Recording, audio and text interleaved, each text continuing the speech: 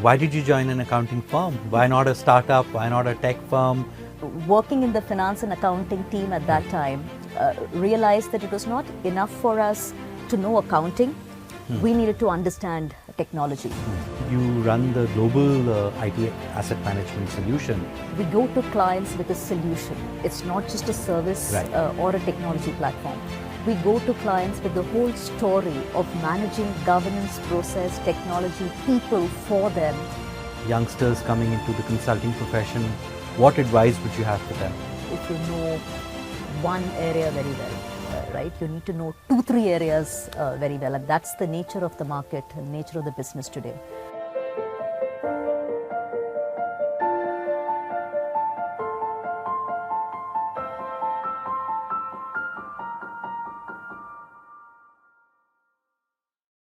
Hello everyone, thank you for joining the next episode of Consulting Leaders Unscripted. I've got Maya with me. Maya's an amazing partner with E&Y, spent 15 years with the firm. She's a chartered accountant, an MBA in technology, one of the first few women who was part of implementing SAP. And then she's got lots of innovations to her credit and a lot of new technologies that she's been working with, creating assets for the firm and building a whole digital risk ecosystem within the firm. So Maya, thank you for joining us. It's great to have you here. Thank you, Mrityunjay. Pleasure talking to you as always. Let me open it up with the most relevant topic and something that's on everyone's mind. And this should be your take on what's your experience been, especially with AI coming into play, Gen AI, agentic AI. You know, what are the risks that companies have to be mindful of? And what do you recommend that companies do, the top 2 or 3 things? Right. So, Mrityunjay, see, AI is here to stay, right? And therefore, we need to be designing guardrails to ensure that we have a risk and control framework in place, taking into consideration the massive proliferation of AI, right? Unfortunately, new age companies and startups that are really working in this space, for them, risk and controls, digital risk comes as an afterthought, right? Even though it is so important for business resilience, right?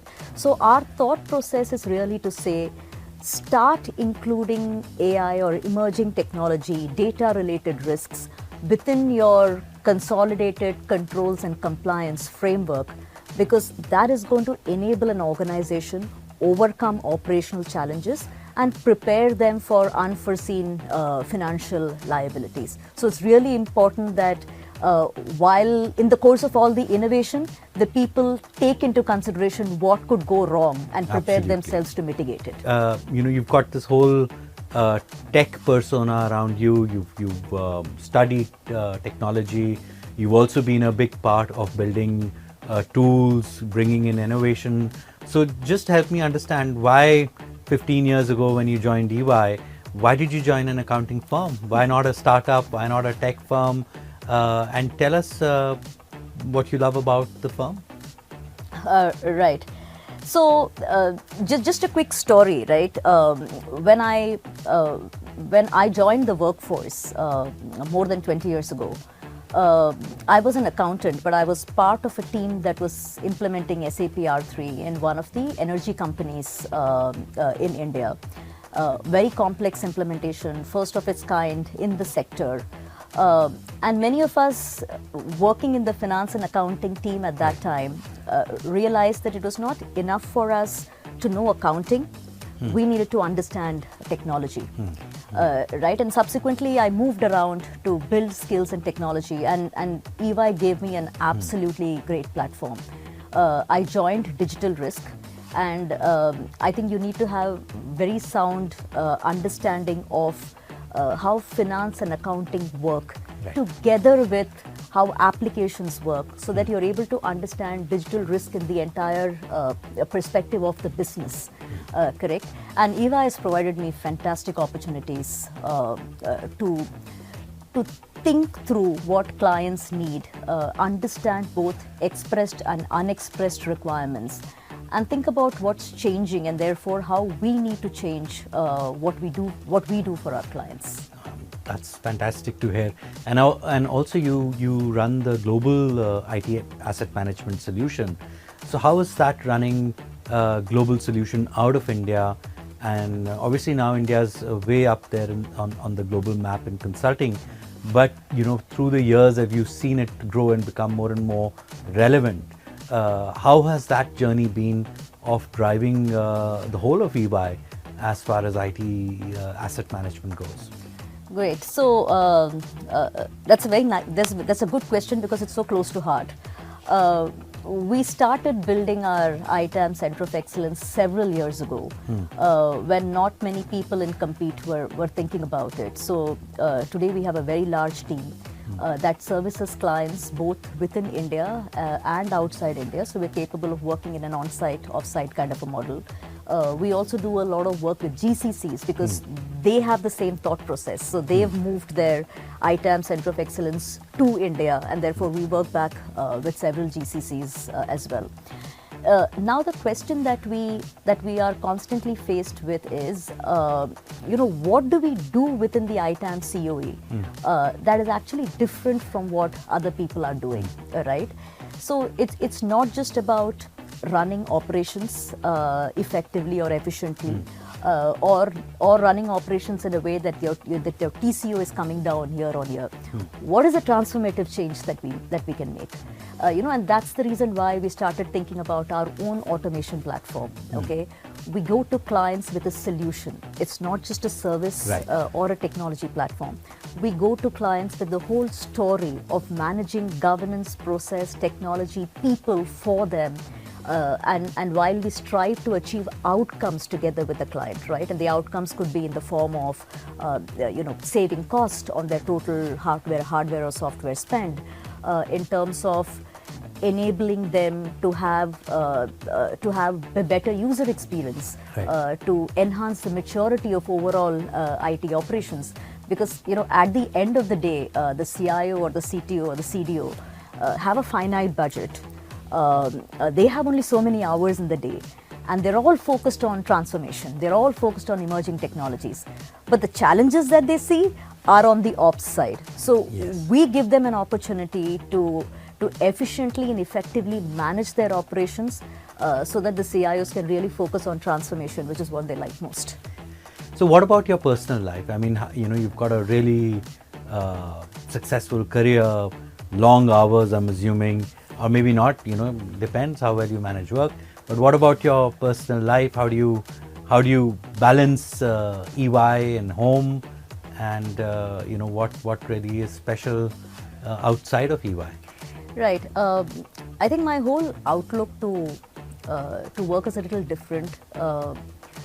I don't think about it in terms of balancing work and life. I think about it as in terms of integrating my work into my life. So there are days when work consumes several hours of the day, and there are days when I manage to do otherwise. Right? It all depends upon what time you're prioritizing what. Having said that, I love traveling, and I always find time to travel. In fact, I do that 2-3 times a year. So I take a break 2-3 times a year. Need not necessarily be completely off work kind of a break, but for me, like I said, I don't have this in my head that when I'm on a break, I'm only on a break, right? It's a question of if I need to get something done during the day, I will end up doing it. So I'm not so hard and fast on things. Amazing. Like that. So you're one of those people who's got work-life harmony, if I may call it that. I enjoy what I do, and I think that comes out of the enjoyment. Awesome. So I hope the Iceland trip was not to scout for data centers, since the temperature is right out there. So why Iceland? Yeah. So most of my holidays, Mrityunjay, are difficult holidays, and I'll tell you what I mean by that. Okay. So if I go to a holiday and I'm lounging around and I'm not doing much, I will end up checking my phone or emails or talking to people at work. And to avoid that, I ensure that my holidays are already packed. Okay, so then I start off at 7 o'clock in the morning and I'm out till 6 or 7 in the evening. Wow. So you don't have time for anything much. No, I wasn't scouting for data centers. That's a good idea though. Maybe I should try it the next time around. But yeah, that was a fantastic holiday. It's a beautiful place. It's not crowded. It's cold all the times of the year, but it's really, really different. Amazing. And that's actually working. Brilliant. And so what would be the top 2 or 3 issues that, say somebody in marketing would deal with?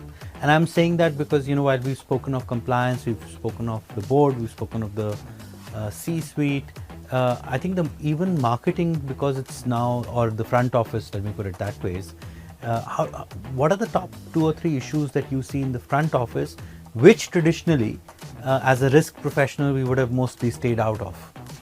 Yeah, so I think today professionals, both front end, back end, doesn't matter. Yeah. They're all empowered. Okay, the generation that I came from,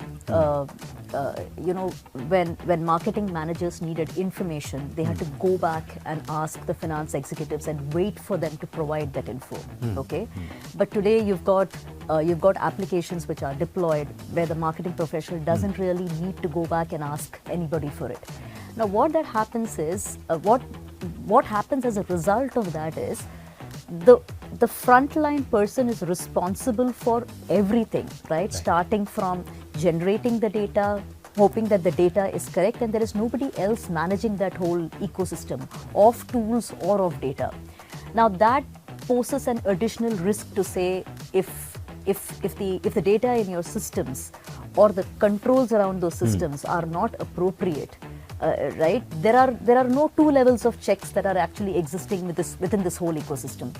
So while on one hand people at the front end are empowered, but the systems will work only when you've got a risk and control framework in the background, a governance in the background, a process in the background that actually empowers folks in the front end. No, absolutely. It just provides more structure and ability to grow faster, bring in more speed. So maybe I think one last question would be people starting their career, youngsters coming into the consulting profession, what advice would you have for them?